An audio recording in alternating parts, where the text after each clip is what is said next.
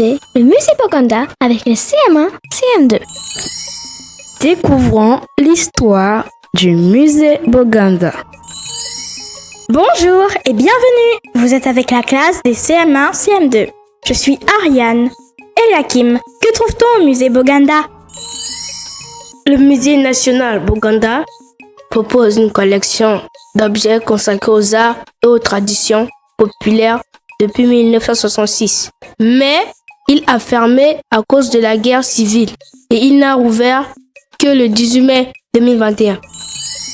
Dis Sacha, comment l'histoire du musée Boganda commence? C'est simple. Il a commencé avec deux musicologues, Simha Arom et Geneviève Tournon.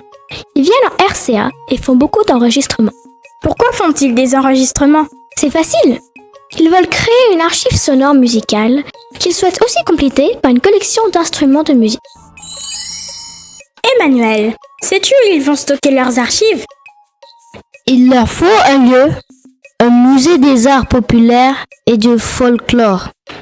Le gouvernement de l'époque prend conscience de la richesse et valeur artistique du pays et ordonne la création du musée. Le président est alors Monsieur David Dacko.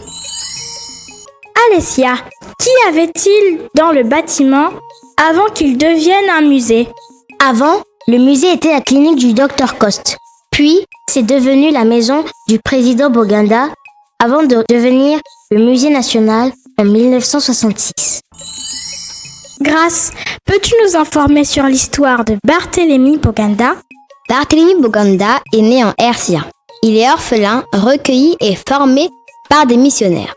Il devient le premier bachelier centrafricain, puis le premier prêtre de RCA. Christina, peux-tu nous en dire un peu plus? Il a été député, puis le premier président à l'indépendance de la RCA, le 1er décembre 1958. C'est lui qui a créé la devise « Unité, dignité, travail » et aussi l'hymne national « La Renaissance ». Joanne, peux-tu continuer? Barthélemy Boganda est considéré comme le père fondateur de la RCA. Mais malheureusement, en 1959, il meurt dans un accident d'avion. Le musée porte son nom en hommage. Merci et à bientôt. C'est fini pour ce premier podcast. Je voudrais remercier Sacha Vernet, Toima Johan, Eliakim Navoro, Emmanuel Yakara, Alessia Cosset, Grace Koboma et Christina Detard.